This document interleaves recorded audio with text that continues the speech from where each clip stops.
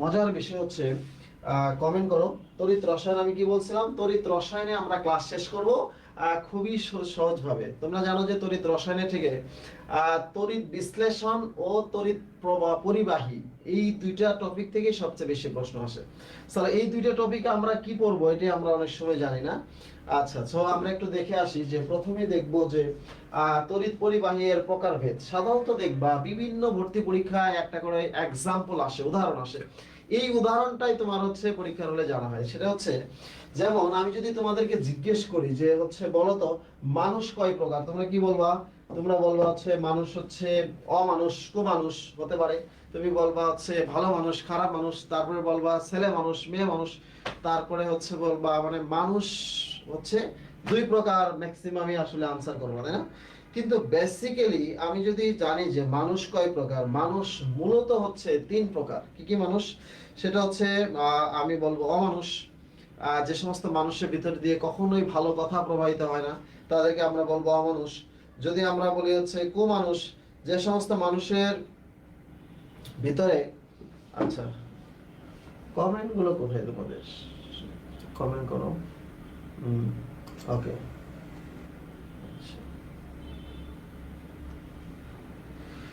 তানভি ঠিক আছে, thank you.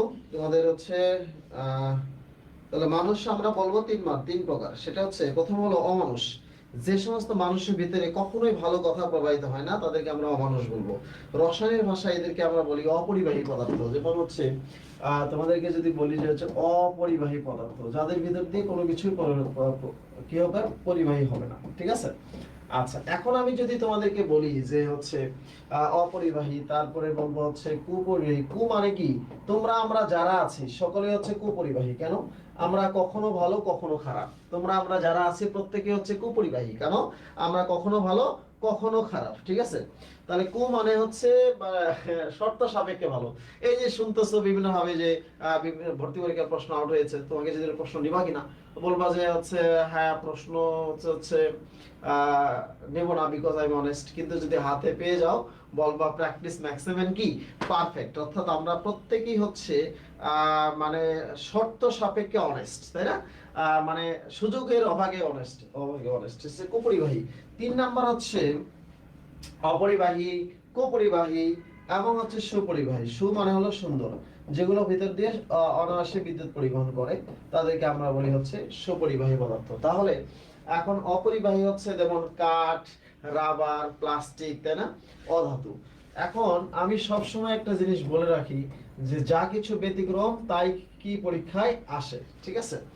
এখন অধাতু, অধাতু আমরা জানি বিদ্যুৎ অপরিবাহী। তাহলে অধাতু একটা হচ্ছে কার্বন।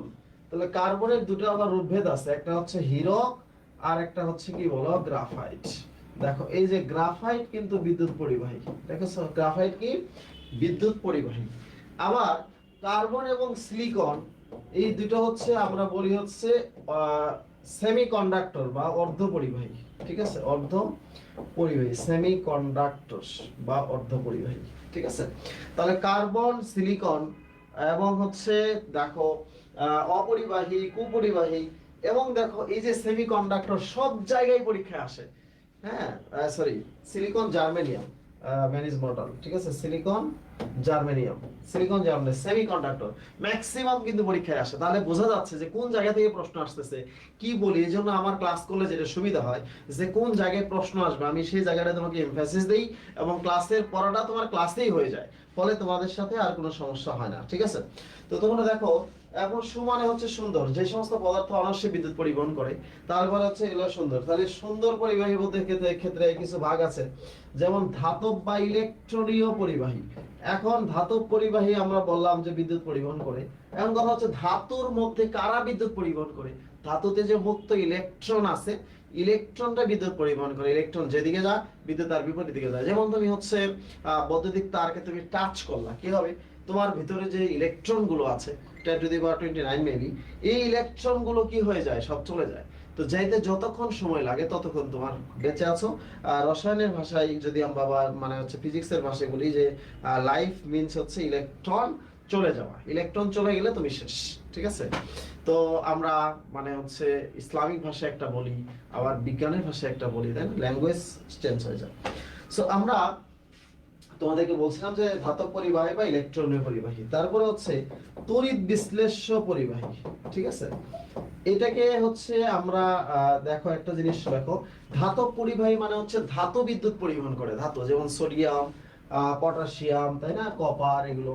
এই যে কপারটা বিভিন্ন জায়গায় পরীক্ষা আসছে, নিচে কোনটি বিদ্যুৎ মানে ধাতব পরিবাহী।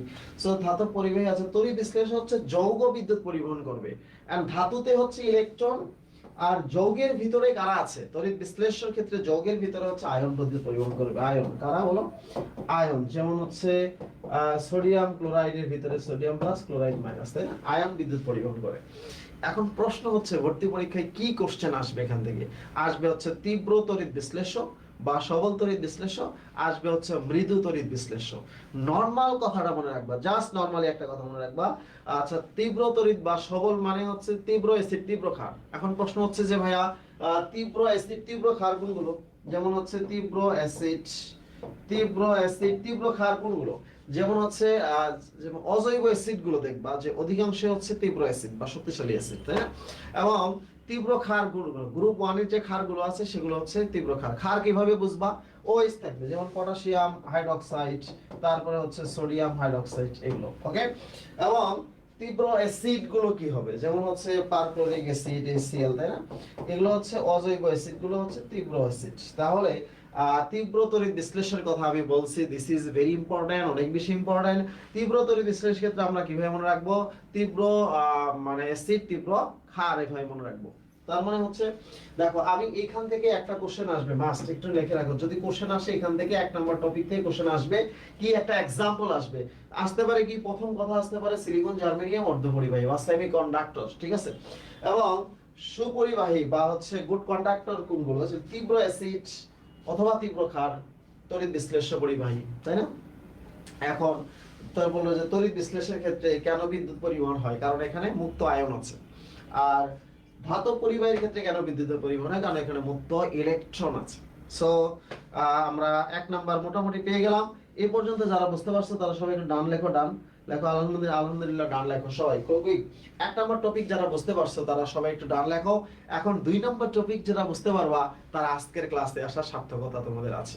2 নাম্বার এবং 3 নাম্বার টপিক তোমাদের জন্য সবচেয়ে মোস্ট ইম্পর্টেন্ট টপিক। সো আমরা দেখো তড়িৎ বিশ্লেষণটা চ্যাপ্টারটা আমি বলছিলাম, এই চ্যাপ্টারটা বুঝতে পারলে আনসার করতে পারবা, না বুঝতে পারলে মুখস্থ করে আনসার করা সম্ভব না। যারা 1 নাম্বার টপিক ক্লাস করেছো লেখো আলহামদুলিল্লাহ, ডান সবাই লেখো, লেখো ডান লেখো, নাম্বার 1 ডান লেখো। নাম্বার 2 হচ্ছে তড়িৎ রাসায়নিক সারি, বা হচ্ছে আমরা সক্রিয় সিরিজ না লিখে তড়িৎ রাসায়নিক সারি লিখবো, ঠিক আছে, তড়িৎ রাসায়নিক সারি।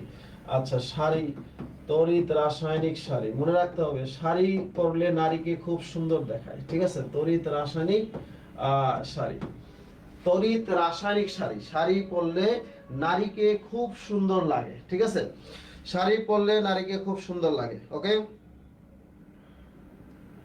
আচ্ছা, এখন শাড়ি তো 2 প্রকার, একটা হচ্ছে বাংলাদেশি শাড়ি, একটা বার্মা শাড়ি। মানে মায়ানমারের কিন্তু শাড়ি পরে, ওখানে ছেলেরা শাড়ি পরে আর মেয়েরা লুঙ্গি পরে, ঠিক আছে, উল্টা, ঠিক আছে, বাংলাদেশে আবার সেটা হচ্ছে আমরা লিখবো হচ্ছে ক্যাটায়নিক শাড়ি, ক্যাটায়নিক শাড়ি যেখানে প্লাস চিহ্ন আছে, তারপরে লিখবো হচ্ছে অ্যানায়নিক শাড়ি যেখানে হচ্ছে মাইনাস চিহ্ন আছে। এখানে যদি তুমি পড়ো তাহলে মোটামুটি এই চ্যাপ্টার তোমার শেষ, এই চ্যাপ্টার মোটামুটি শেষ। This is so much important. অনেকগুলো মৌল আছে পরীক্ষার হলে, কিন্তু আমরা সেগুলো একটু স্কিপ করে লিখবো, ঠিক আছে। ক্যাটায়নিক সারি লেখা হচ্ছে লি কে কে না ম্যাকগাইভার এলো যেন ফিরে, কাঁদলে কিভাবে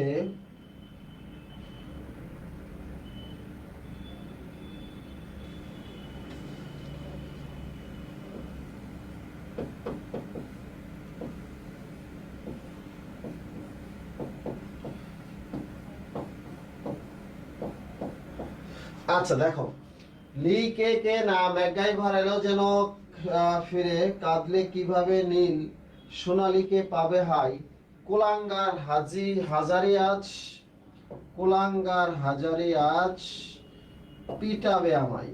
ঠিক আছে, আমি একটু এটুকু, এটা কন্টিনিউশন, এটা কন্টিনিউশন।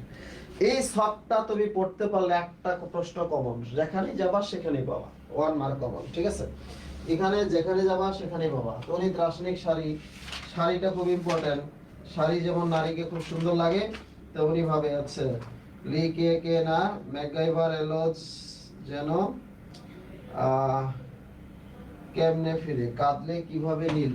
আচ্ছা, এখানে একটু এলো যেন কেমনে, সরি, এলো যেন কেমনে ফিরে। ঠিক আছে, এখানে একটু ক্রোমিয়াম দাও, ফিরে কাঁদলে কিভাবে নীল, এটা হচ্ছে কিভাবে কোবাল্ট। ঠিক আছে, কোবাল্ট লেখো সিও, কাঁদলে কিভাবে নীল, সোনালীকে পাবে হয়, কুলাঙ্গার হাজারি আজ পিটাবে আমায়। ঠিক আছে, কুলাঙ্গার হাজারি আমাদের গ্রামের পাশে ছিল, সে হচ্ছে অনেক অনেক শয়তান ছিল, এজন্য তাদেরকে হচ্ছে কুলাঙ্গার বলা হয়েছে। সো হ্যাঁ, ক্রোমিয়ামটা আগেই লিখেছি, হ্যাঁ একটু ঠিক করে নাও। এই যে লিকে কে না ম্যাকগাইভার এলো যেন কেমনে ফিরে, কাঁদলে কিভাবে নীল, সোনালীকে পাবে হাই, কুলাঙ্গার হাজারিয়াস পিটাবে আমায়। ঠিক আছে, আচ্ছা এই যে এটা হচ্ছে ক্যাটায়নিক সারি, আর এটা হচ্ছে অ্যানায়নিক সারি। নাসা নাসা কবে আইলো হাই। ঠিক আছে, নাসা কবে আইলো হাই। ওকে, নাসা কবে আইলো হাই। ওকে, এখন তুমি দেখো যে লি কে কে না ম্যাকগাইভার এলো, হচ্ছে এটা প্লাস চিহ্ন দিতে হবে, plus plus plus plus plus plus plus plus plus plus plus plus plus plus plus. ঠিক আছে, প্লাস,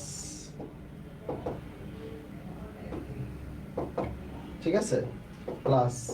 ক্যাটায়ন মানে পজিটিভ চার্জ, অ্যানায়ন মানে হচ্ছে নেগেটিভ চার্জ। এটা এইভাবে মনে রাখতে পারো যে নাসা কবে আইলো হাই।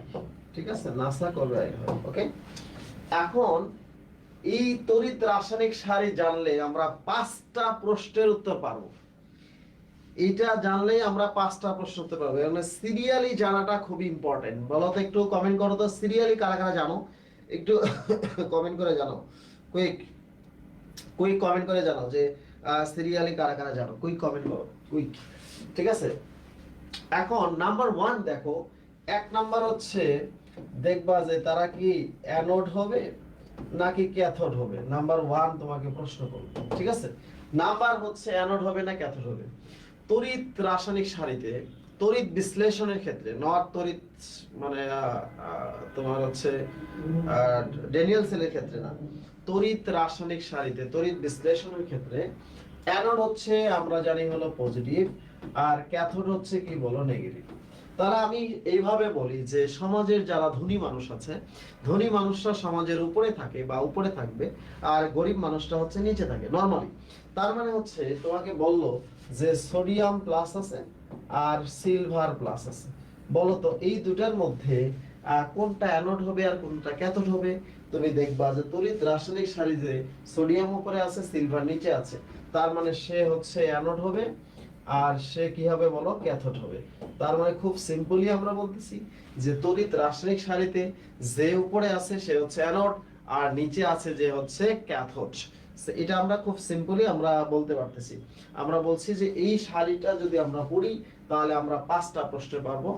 1 নাম্বার প্রশ্ন হচ্ছে এটা, তড়িৎ রাসায়নিক সারিতে যার অবস্থান নিচে, যার অবস্থান উপরে সে অ্যানোড, যার অবস্থান নিচে সে হচ্ছে ক্যাথোড। ঠিক আছে, আচ্ছা এখন তোমাদের কাছে যদি প্রশ্ন হয় নাম্বার 1, নাম্বার 2 হচ্ছে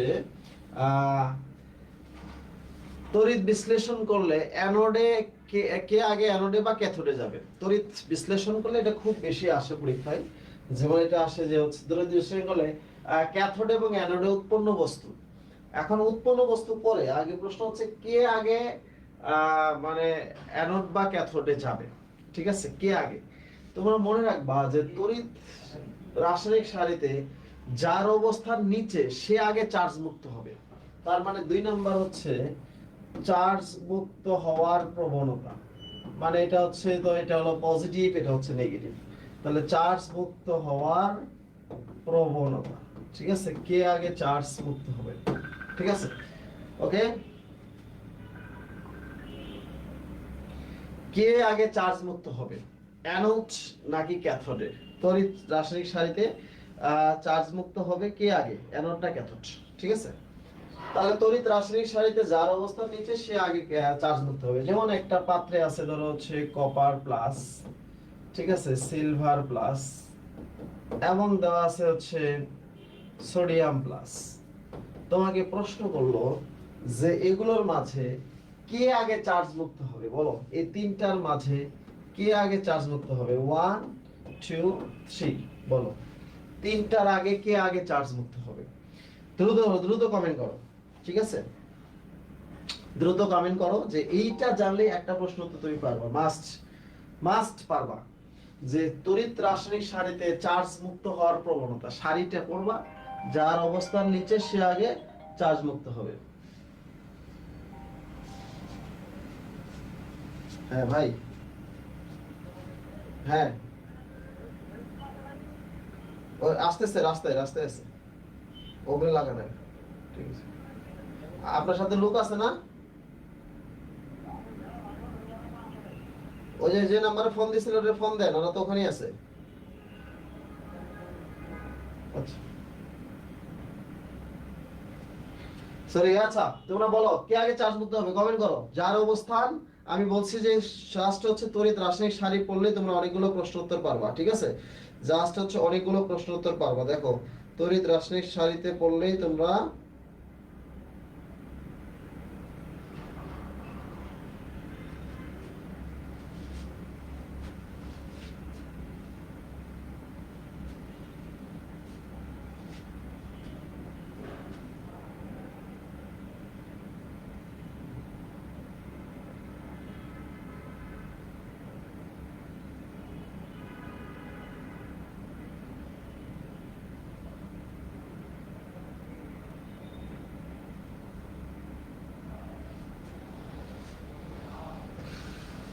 আচ্ছা প্রত্যেকে প্রশ্নের উত্তর করা লাগবে। প্রশ্নের উত্তর যদি না করো তাহলে তো হবে না, প্রশ্ন উত্তর করতে হবে।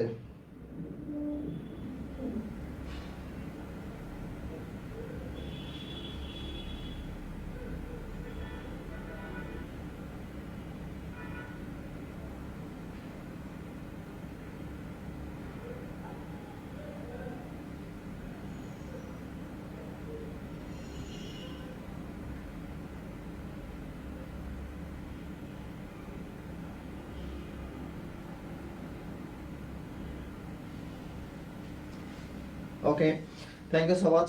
অনেকেই পারছে, যারা যারা আনসার করতে পারছো তারা আছে ওকে, আনসার করা লাগবে। এই একটা জায়গা থেকে এই পুরো বইয়ের মধ্যে একটা জিনিসই পড়ার আছে, সেটা এটা পুরো চ্যাপ্টারের ভিতরে, ঠিক আছে? আমি বলছি তোমাদের 1 ঘন্টার মধ্যে ক্লাস শেষ করে দিব, ওকে? তার মানে হচ্ছে তড়িৎ রাসায়নিক সারিতে এর অবস্থান সবার নিচে, সে আগে চার্জ মুক্ত হবে। এখন প্রশ্ন হচ্ছে সব ক্ষেত্রে হবে না, যা কিছু এক্সেপশনাল সেটাই কি হবে, মানে ইয়ে হবে, পরীক্ষা আসবে।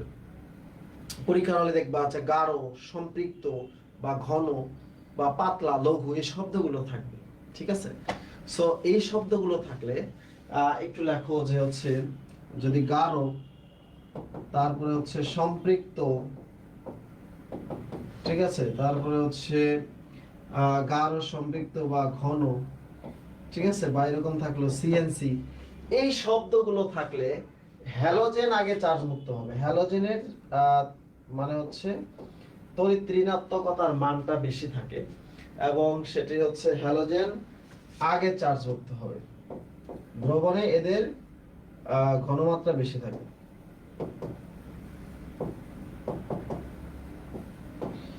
যেমন পরীক্ষার হলে যদি এরকম থাকে যে ক্লোরাইড আছে এবং হাইড্রোক্সাইড আছে এবং গাঢ় বা সম্পৃক্ত শব্দটা উল্লেখ আছে, তাহলে দেখবা যে যাওয়ার কথা ছিল ওইস আগে চার্জ মুক্ত হওয়ার কথা ছিল, কিন্তু হয়ে গেছে chlorine. This is very important. So মনে রাখতে হবে, এই জন্য আসলে পড়াশোনা কিন্তু বেশি না, তুমি যে জায়গাটাতে আসো এই জায়গাটাতে ঠিক মতো করতেছো কিনা, দ্যাটস এনাফ। ঠিক আছে, ওকে।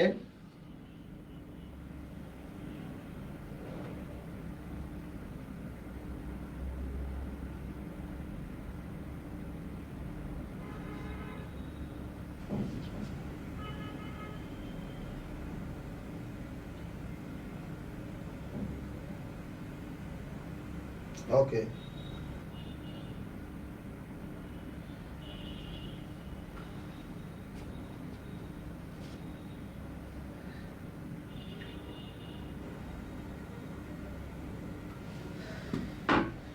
তো এখন বিষয় হচ্ছে যে তোমাদের কাছে যদি এরকম হয়, তাহলে সবচেয়ে যে জিনিসটা আজকে পড়ানোর জন্য আমি আসলে তোমাদের সামনে দাঁড়িয়েছি, সেটা হলো হচ্ছে 3 নম্বর টপিকটা। এই টপিক থেকে কোশ্চেন আসবে, অ্যানোড এবং ক্যাথোড উৎপন্ন বস্তু। ঠিক আছে, তো অ্যানোড এবং ক্যাথোড উৎপন্ন বস্তু সেটা হচ্ছে কিভাবে আমরা বের করব সেটা একটু দেখো। তো আমরা সবার আগে যে কাজটা করব সেটা হচ্ছে তড়িৎ রাসায়নিক আর সেই সারিটা মুখস্থ রাখবো। সেই সারিটা মুখস্থ রাখলে আমরা সব প্রশ্নেরই উত্তর পারবো। ওকে, আচ্ছা এখন দেখো নরমালি আছে তোর দ্রবণের তড়িৎ বিশ্লেষণের ফলে ক্যাথোড এবং অ্যানোডে উৎপন্ন বস্তুটা কি হবে। তাহলে আমরা এখানে লিখবো হচ্ছে, ধরো লিখবো হলো যৌগ, তারপরে এখানে লিখবো হচ্ছে অ্যানোড পজিটিভ আর হচ্ছে ক্যাথোড হচ্ছে নেগেটিভ। অ্যানোড পজিটিভ আর ক্যাথোড কি বলো, নেগেটিভ। এটা তো যৌগ, এখানে লিখবো আমরা হচ্ছে আয়ন, যে যৌগের পরে ভাঙলে সে যে আয়নটা হবে সেটা আমরা লিখব। যেমন আমি যদি লিখি সিলভার নাইট্রেট, ব্র্যাকেটে লেখা আছে হচ্ছে গলিত। গলিত মানে বুঝবা যে সেখানে আর কেউ নাই, মানে হচ্ছে প্লাস আছে আর মাইনাস আছে, তাহলে সিলভার প্লাস, ওদের বাইরে আর কেউ নাই। নাইট্রেট হচ্ছে কি বলো, মাইনাস। তড়িৎ বিশ্লেষণের নিয়ম অনুযায়ী মাইনাস প্লাসের কাছে যাবে, প্লাস মাইনাসের কাছে যাবে। তার মানে হচ্ছে সিলভার প্লাস সে মাইনাসের কাছে যায়, সিলভার ধাতু হবে মানে চার্জ মুক্ত হবে। এবং নাইট্রেট হচ্ছে অ্যানোডে যাবে। তোমাদের মনে বলে যাই যে যেখানে অক্সিজেন আছে সেখান থেকে অক্সিজেন তৈরি হবে। তার মানে নাইট্রেটে একটা অক্সিজেন, এখানে অক্সিজেন দেখা যাচ্ছে, তার মানে এখানে অক্সিজেন তৈরি হবে। তাহলে আমরা বলবো যে গলিত সিলভার নাইট্রেটের তড়িৎ বিশ্লেষণ করলে অ্যানোডে হবে অক্সিজেন হবে, ক্যাথোডে সিলভার হবে। মজার বিষয় না? এখন তোমার যদি আমরা এখানে এটা তো খুব সহজে আমরা পারলাম, কিন্তু যদি এটা এরকম থাকতো যে জলীয় মানে হচ্ছে আমার আছে জল, ঠিক আছে, আমার আছে জল, যদি জলীয় থাকতো, জলীয় জলীয় থাকতো যে আমার আছে জল, তাহলে হচ্ছে সিলভার পজিটিভ আর হচ্ছে সিলভার নেগেটিভ। জল মানে হচ্ছে পানি, পানি মানে হচ্ছে H প্লাস আর কি বলো OH মাইনাস। তড়িৎ রাসায়নিক সারিতে এই দুটার মধ্যে যে হচ্ছে যার অবস্থান নিচে সে আগে চার্জ মুক্ত হবে। তাহলে কার অবস্থান নিচে, সিলভার, তাহলে সিলভার হচ্ছে কি হবে, সিলভার ধাতু হবে। তো এখানে এখানে একটা জিনিস দেখো, এই দুটোর মধ্যে কার অবস্থান নিচে OH। তাহলে আগে কিন্তু আমরা অক্সিজেন পাইছি নাইট্রেট থেকে, কিন্তু এবার অক্সিজেন পাচ্ছি হচ্ছে কোথা থেকে, OH থেকে। দেখো OH থেকে অক্সিজেন পাচ্ছি। তাহলে সিলভার নাইট্রেটের তড়িৎ বিশ্লেষণ করলে আমরা ক্যাথোডে সিলভার পাচ্ছি আর অ্যানোডে কি বলো অক্সিজেন পাচ্ছি। কিন্তু আগেও পেয়েছি, বাট এটা সোর্স কিন্তু ডিফারেন্ট। এই কারণে তড়িৎ রাসায়নিক বিশ্লেষণটা খুব ইম্পর্টেন্ট। যেমন তোমাদেরকে যদি আমি বলি যে পটাশিয়াম নাইট্রেট, যে আমরা জলীয় দ্রবণে তড়িৎ বিশ্লেষণ করব, জলীয়, তাহলে কি হবে, পটাশিয়াম প্লাস হবে, নাইট্রেট হচ্ছে কি বলো মাইনাস হবে। পানি মানে জল, H প্লাস হবে OH মাইনাস হবে। এই দুটোর মধ্যে দেখো আমরা কি পাবো, প্লাস মাইনাসের কাছে যাবে। মনে রাখতে হবে প্লাস কার কাছে যাবে, মাইনাসের কাছে যাবে। তাহলে এই দুটোর মধ্যে প্লাস দুটো, potassium plus silver plus hydrogen plus, এই দুটোর মধ্যে সিলভারের অবস্থান কি বলে নিচে। তাহলে সে যাবে, সে কার কাছে যাবে, প্লাস কার কাছে যাবে, মাইনাসের কাছে যাবে।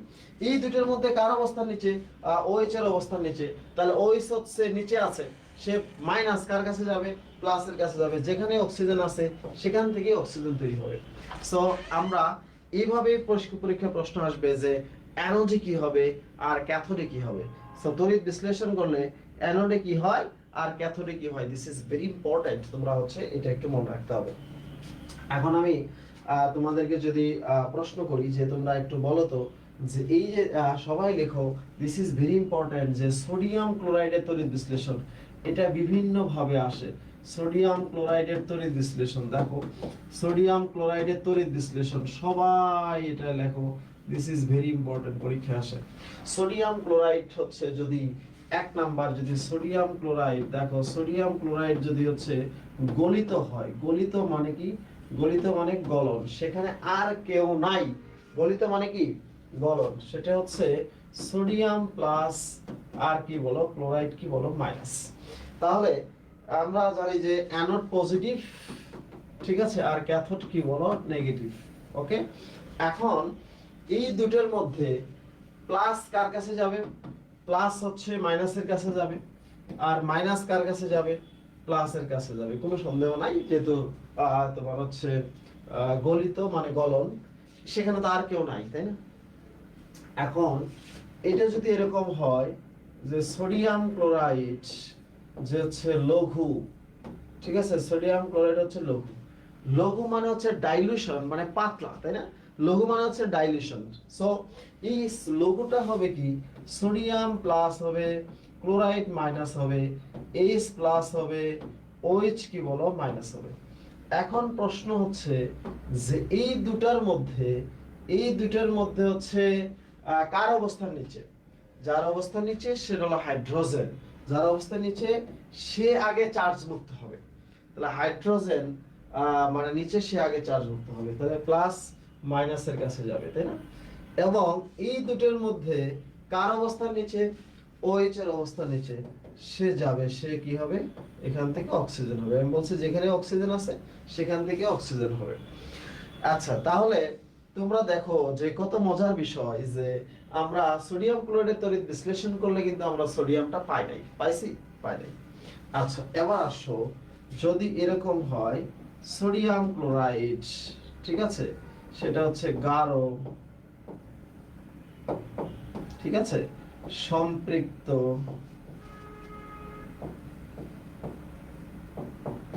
অথবা ঘন এরকম থাকছে, ঠিক আছে, তাহলে সেটাও কি হবে, সোডিয়াম প্লাস হবে আর ক্লোরাইড কি হবে মাইনাস, H প্লাস হবে আর OH কি হবে মাইনাস হবে। এই দুটোর মধ্যে কে যাবে, যথারীতি হাইড্রোজেন যাবে, তার অবস্থান নিচে। এখন এটা এই দুটোর মধ্যে যাওয়ার কথা ছিল কার, OH এর, কিন্তু ওই যে দেখো গাঢ়, জলীয় বা হচ্ছে ঘন, যদি এই ধরনের শব্দটা উল্লেখ থাকে তাহলে দ্রবণে ক্লোরিনের ঘনমাত্রাটা বেশি থাকে, তখন হ্যালোজেন যাবে। আবার বলছি, যদি গাঢ়, সম্পৃক্ত বা জলীয় বা একুয়াস শব্দ উল্লেখ থাকে তাহলে হ্যালোজেন যাবে, তার মানে হ্যালোজেনের ঘনমাত্রা বেশি আছে, ঠিক আছে, এটা যাবে। এখন ঠিক এই তিনটার ক্ষেত্রেও তুমি হচ্ছে নিয়ম জানলা, তারপরও দেখবা পরীক্ষার হলে যে তোমার প্যাচ লাগছে, তুমি পারতেছো না কেন, এই যে এখানে যে একটা ঘটনা ঘটাই দিছে যে সোডিয়াম ক্লোরাইড দিছে জলীয় এবং সেই সাথে একটা মার্কারি যোগ করে দিছে। এখানে কোনো কিছু না থাকলে সাধারণত প্লাটিনাম তড়িৎদ্বার ব্যবহার করা, ঠিক আছে, প্লাটিনাম নিষ্ক্রিয় তড়িৎদ্বার।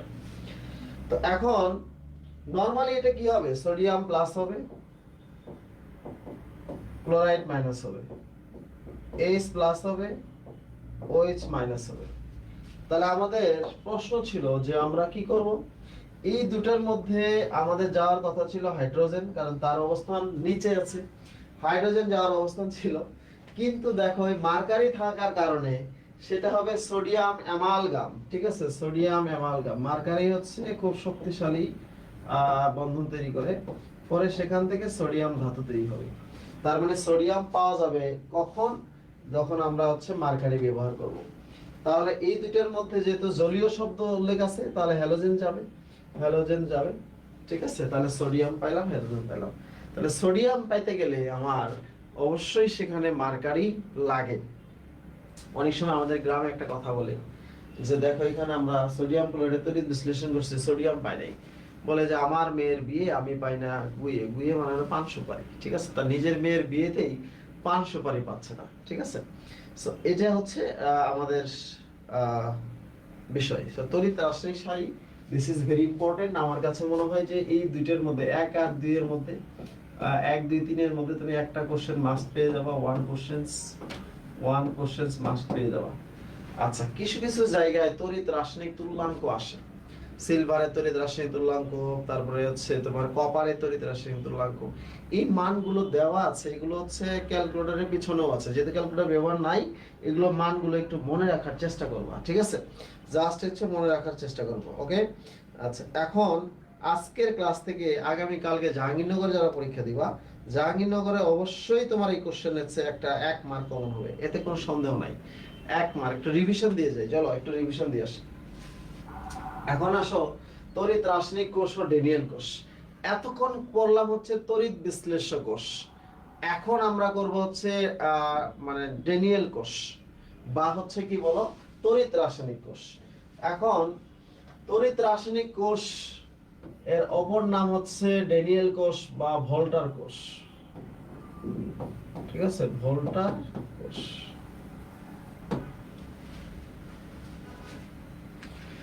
এখন একটা জিনিস তোমাদের সবারই প্যাচ লাগে যে বিদ্যুৎ বা তড়িৎ কোন দিক থেকে কোন দিকে যায়, কিভাবে যায়, কিভাবে আসে। এটা প্রত্যেকের ক্ষেত্রেই প্যাচ লাগে। সেই প্যাচটা হচ্ছে আমি তোমাদেরকে একটু ছাড়াই দেই। সেটি হচ্ছে হলো গ্যারাত। গ্যারাত মনে রাখবা। গ্যারাত মানে হচ্ছে, গেতে হচ্ছে গ্যালভানিক কোষ বা ভোল্টার কোষ বা তড়িৎ রাসায়নিক কোষ, গ্যালভানিক কোষ। একই জিনিসের একাধিক নাম আছে, সেগুলো একটু মনে রাখবা। যে গ্যালভানিক কোষ বা হচ্ছে রাতে হচ্ছে রাসায়নিক কোষ, রাসায়নিক শক্তিকে তড়িৎ শক্তিতে রূপান্তর করে, তড়িৎ শক্তিতে রূপান্তর করে। তাহলে ভোল্টার কোষ হচ্ছে কি গ্যারাত, মানে গ্যালভানিক কোষ রাসায়নিক শক্তিকে তড়িৎ শক্তিতে রূপান্তর করে। এবং এটার বিপরীত হচ্ছে তোতরা মনে রাখার দরকার নাই। তড়িৎ কোষ তড়িৎ শক্তিকে রাসায়নিক শক্তিতে রূপান্তর করে। উল্টা দুটো পড়লে একসাথে প্যাচ লাগবে, সবসময় একটা পড়বা আর একটা তার বিপরীত চিন্তা করবা, দুটো একসাথে পড়লে তোমার প্যাচ লাগবে, ঠিক আছে? সো আমরা গ্যালভানিক কোষ বা ভোল্টার কোষ বা ডেনিয়েল কোষ, এই ডেনিয়েল কোষে কি কি ঘটে সেটাই ভর্তি পরীক্ষার হলে আসে। একটা বিক্রিয়া আসে, এই বিক্রিয়াটা হচ্ছে ম্যাক্সিমাম কিছু ঘটনা, ঠিক আছে? লেখো ডেনিয়েল কোষের ঘটনা, এই ঘটনাটা পরীক্ষা আসে, ডেনিয়েল কোষের ঘটনা।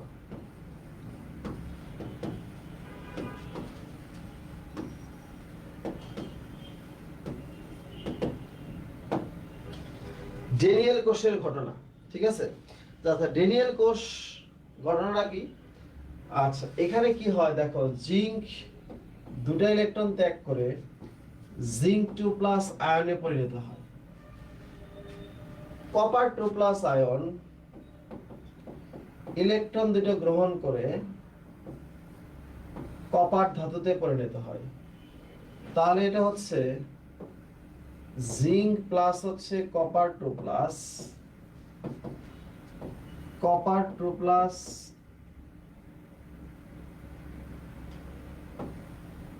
জিঙ্ক 2+ প্লাস হচ্ছে কপার। এই ঘটনা অনেক সময় ইংলিশ টার্ম ব্যবহার করে, ঠিক আছে?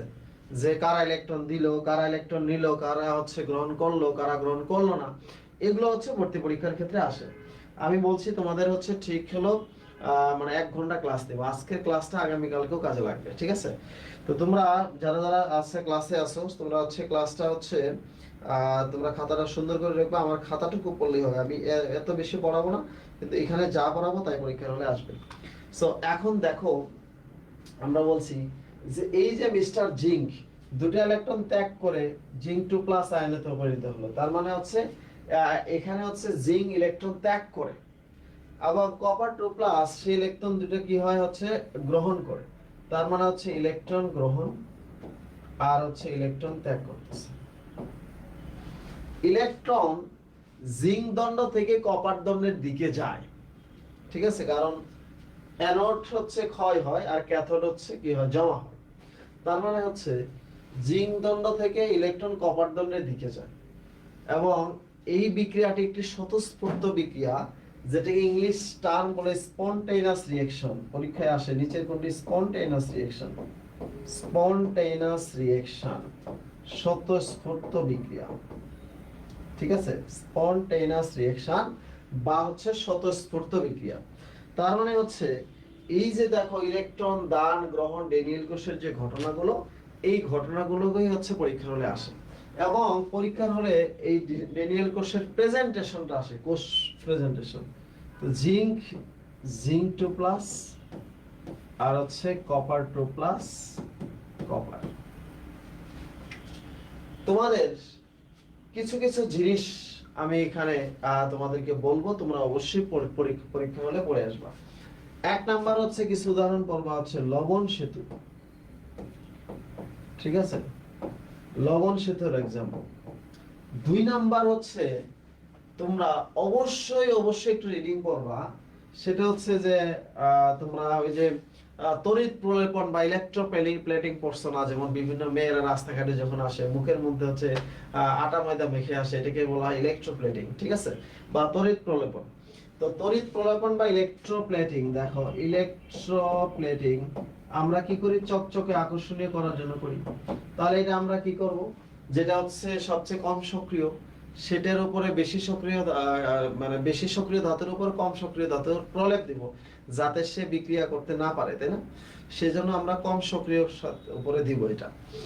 এখন তোমাদের ড্যানিয়েল কোষের যে ঘটনা, ঠিক আছে, ড্যানিয়েল কোষের ঘটনা আমরা দেখলাম, এবং লবণ সেতুতে কি কি লবণ ব্যবহার করা হয়, তোমরা বলো তো লবণ সেতুতে কি লবণ ব্যবহার করা হয়, সবাই বলো দেখি। তোমরা এক বাক্যে বলবা পটাশিয়াম নাইট্রেট লবণ ব্যবহার করা হয়, ঠিক আছে। আচ্ছা, ইলেকট্রোপ্লেটিং বা তড়িৎ প্রলোভন কেন করা হয় বা কি দিয়ে করা হয়? আচ্ছা, তোমরা একটা বহুল প্রচলিত আসে যে হচ্ছে গ্যালভানাইজিং করে, তাই না, এগুলো একটু হচ্ছে রিডিং করা জিনিস, এগুলো আমার হচ্ছে তেমন দেখানোর কিছু নাই। আচ্ছা, দেখবা এই ফুয়েল সেল পরীক্ষার হলে একটা শব্দ আসে যে পরিবেশ বান্ধব যে সেল, তার নাম কি, তার নাম হচ্ছে ফুয়েল সেল। হ্যাঁ, যেমন হাইড্রোজেন ফুয়েল সেল হচ্ছে পরিবেশ বান্ধব। পরীক্ষার হলে হাইড্রোজেন ফুয়েল সেলের সুবিধা অসুবিধা অনেক সময় আসে। আচ্ছা, কয়েকটা ইএমএফ কেন বললাম,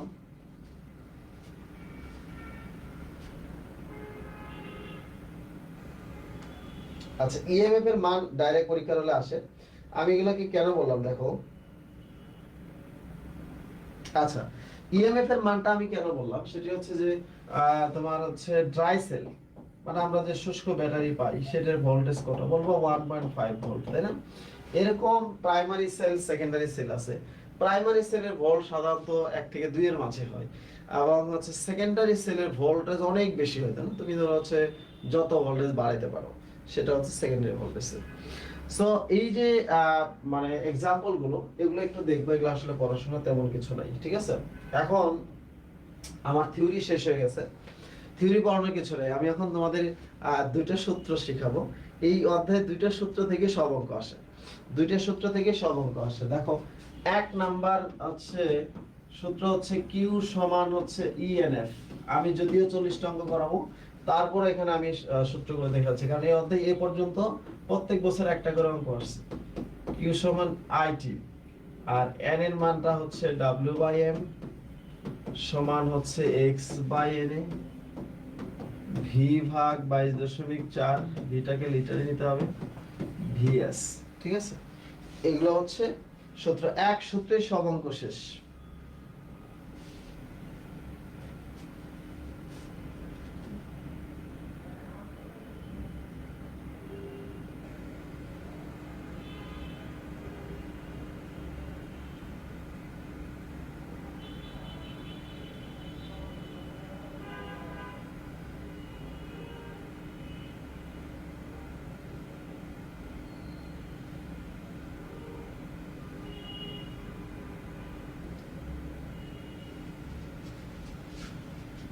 বলো।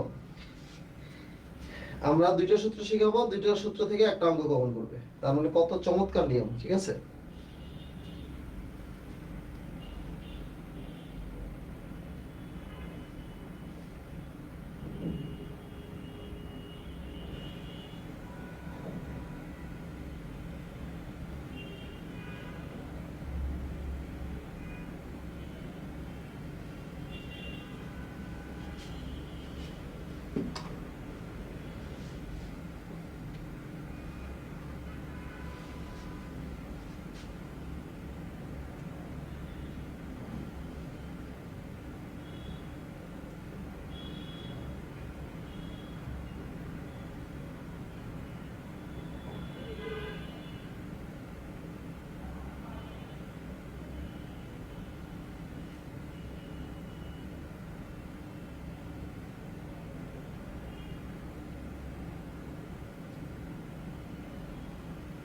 আচ্ছা, যত অঙ্ক আসে সমস্ত অঙ্ক আমরা এইটার মাধ্যমে শেষ করে ফেলবো। তো আমরা দেখো একটা জিনিস তোমাদেরকে একটু দেখাই, সেটি হচ্ছে যে কিউ সমান ইএনএফ, তাই না?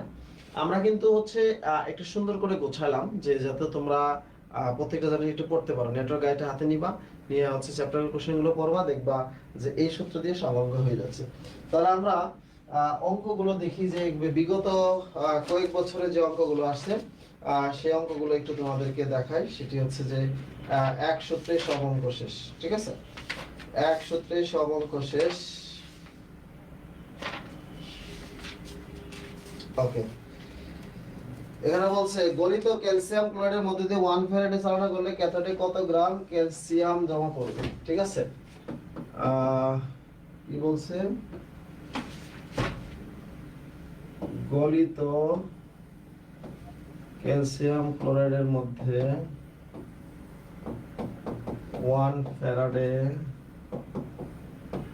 তড়িৎ চালনা করলে ক্যাথোডে কি পরিমাণ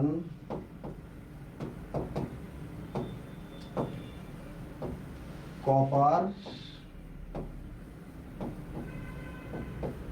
জমা পড়বে, ঠিক আছে? কিউ সমান ইএনএফ, সূত্র কিন্তু একটাই। এখন কি পরিমাণ মানে হচ্ছে এখানে আমাদের হচ্ছে ভর বলছে, ঠিক আছে, ডাব্লিউ। তাহলে আমরা লিখবো হচ্ছে E W by M into F, ঠিক আছে? মান বসাও, বলছে কিউ সমান হচ্ছে 1F, তার মানে 1F, তার মানে হচ্ছে দেখো ক্যালসিয়াম ক্লোরাইডে ক্যালসিয়ামের চার্জ কত, +2, ঠিক আছে? ক্যালসিয়ামের চার্জ কত, 2। ডাব্লিউ এর মানটা চেয়েছে। এই ভর মানে হচ্ছে পারমাণবিক ভর, যার সঞ্চিত হবে তার পারমাণবিক ভর। তার মানে সঞ্চিত হচ্ছে সরি ক্যালসিয়াম হবে, এটা কপার হবে না, ক্যালসিয়াম। ক্যালসিয়াম জমা করবে, তাহলে ক্যালসিয়ামের ভর কত, 40, আমরা হচ্ছে 40 ইনটু এফ, তার মানে হচ্ছে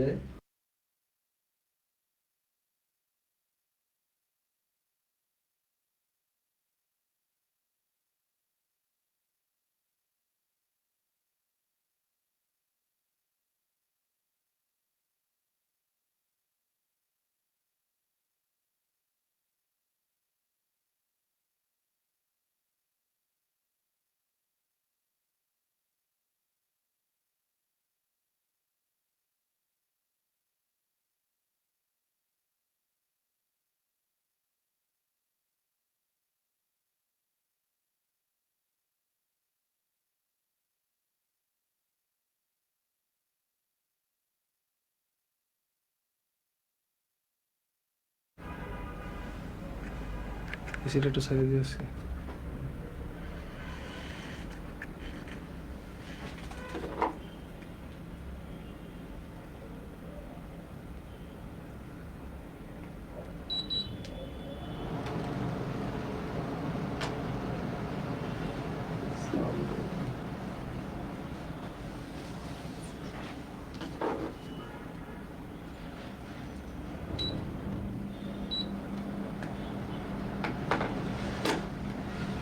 ওকে, দেখো আমি হচ্ছে যত অঙ্ক আছে সমস্ত অঙ্কগুলোই আমি হচ্ছে এভাবেই করব, যত অঙ্ক আছে, ঠিক আছে, যত অঙ্ক আছে সবগুলো অঙ্ক আমি এভাবেই করব।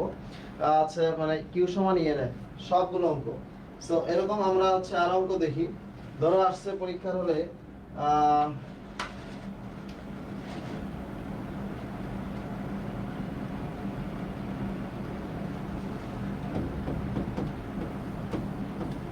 ধরো তুতের দ্রবণে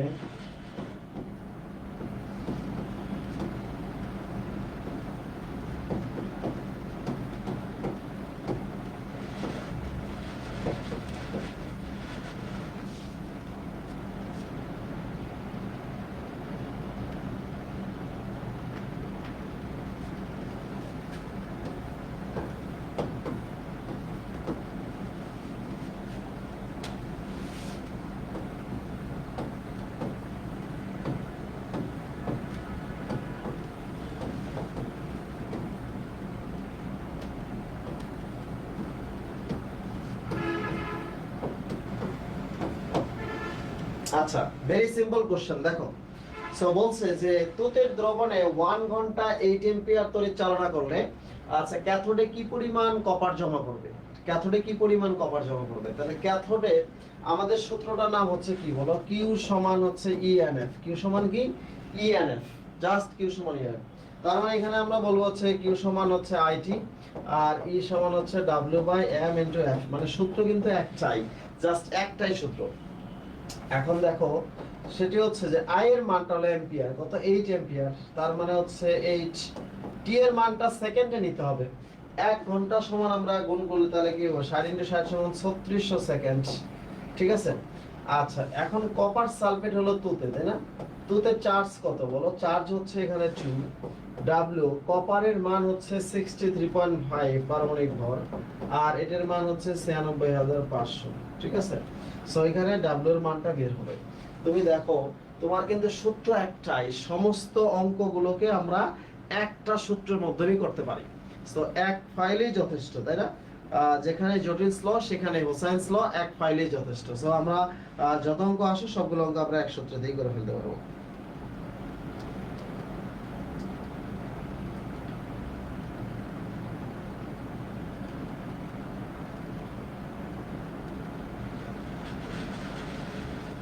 আচ্ছা, আমরা অঙ্ক করব না, আমরা অঙ্ক হচ্ছে এমনি পারবো, ঠিক আছে।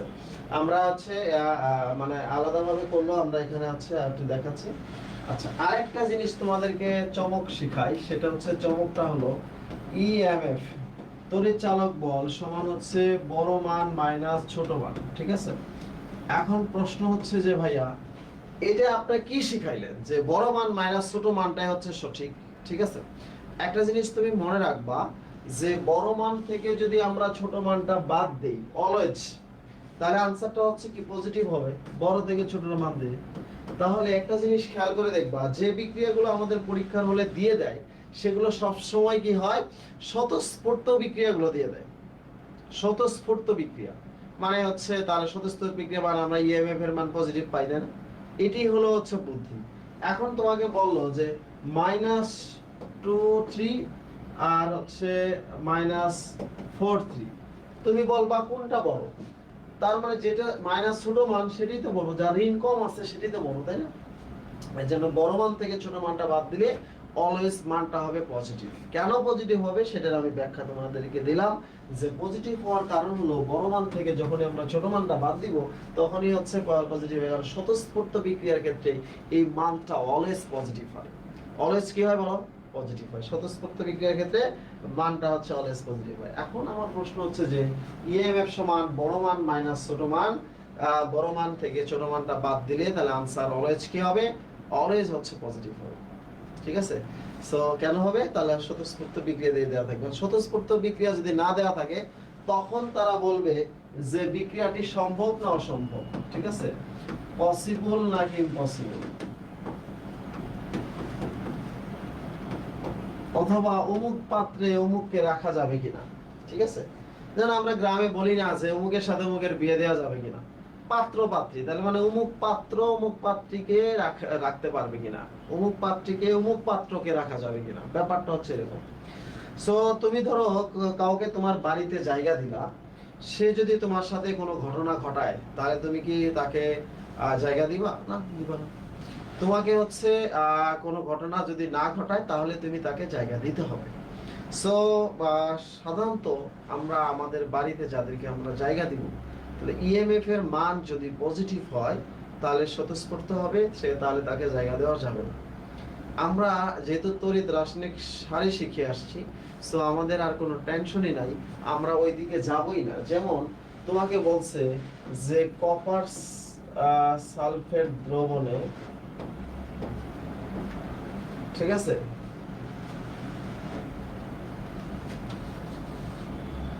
যেমন বলছে যে হচ্ছে দস্তার পাত্রে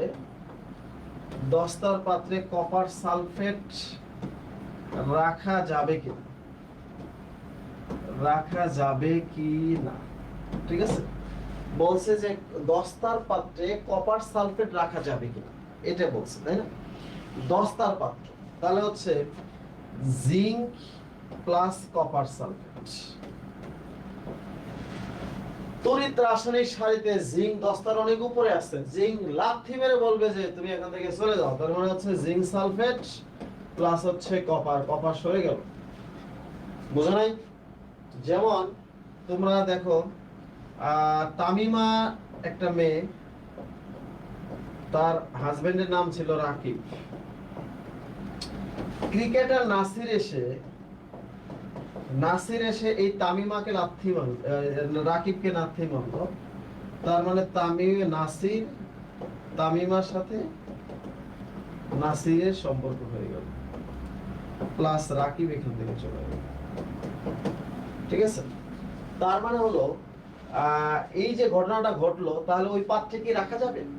তুমি কাউকে তোমার বাড়িতে জায়গা দিবা, সে যদি কোনো ঘটনা ঘটায় তাহলে কি তাকে রাখা যাবে? তাকে রাখা যাবে না। তাহলে সিম্পলি আমার অঙ্ক করা দরকার নেই, এখানে অনেক ডাটা অনেক কিছু দেওয়া থাকবে, কিন্তু আমার হচ্ছে অঙ্ক করার কোনো দরকার নেই, আমি সিম্পলি আনসার করে ফেলতে পারবো।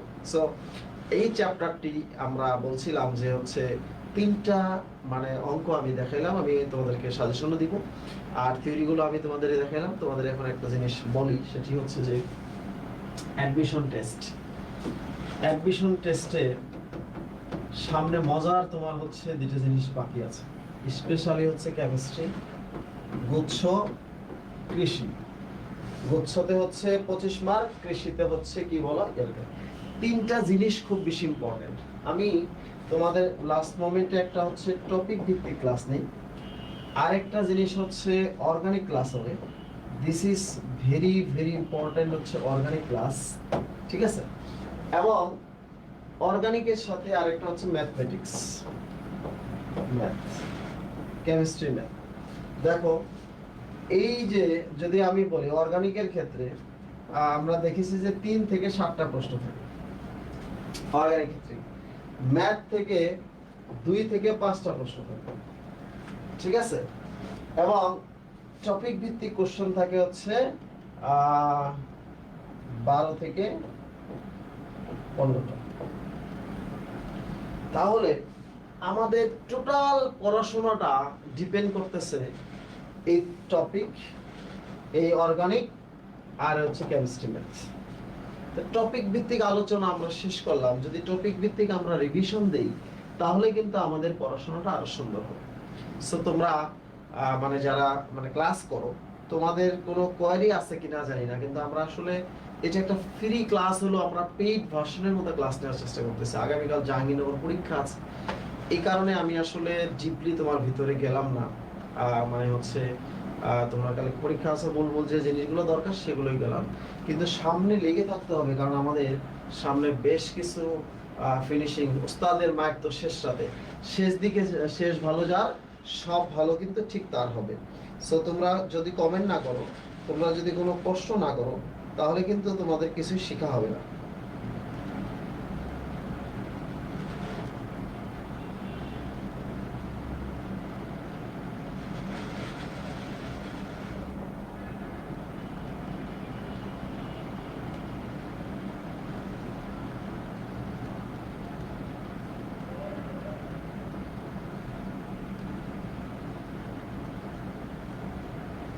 আচ্ছা, তোমাদের একটা বলি, তাহলে আগামীকালকে জাহাঙ্গীরনগর বিশ্ববিদ্যালয় ভর্তি পরীক্ষা, তোমাদের সবার জন্য শুভকামনা থাকলো। আমরা হচ্ছে কেমিস্ট্রির অর্গানিক ফাইট ক্লাসে তোমাদের সাথে দেখা হবে। অর্গানিক হচ্ছে মানে নো প্যানিক, অর্গানিক গুলো খুব চমৎকার ভাবে করানো হবে। অর্গানিক ক্লাস কেউ মিস করবে না। আর জাহাঙ্গীরনগরে যারা কালকে পরীক্ষা দিতে যাবা, বিভিন্ন স্টলে আমাদের বইগুলো বিশেষ ডিসকাউন্টে থাকবে, সেগুলো নিতে পারবা। পাশাপাশি শহীদ মিনারে গেলে আমার সাথে তোমাদের সাথে দেখা হবে।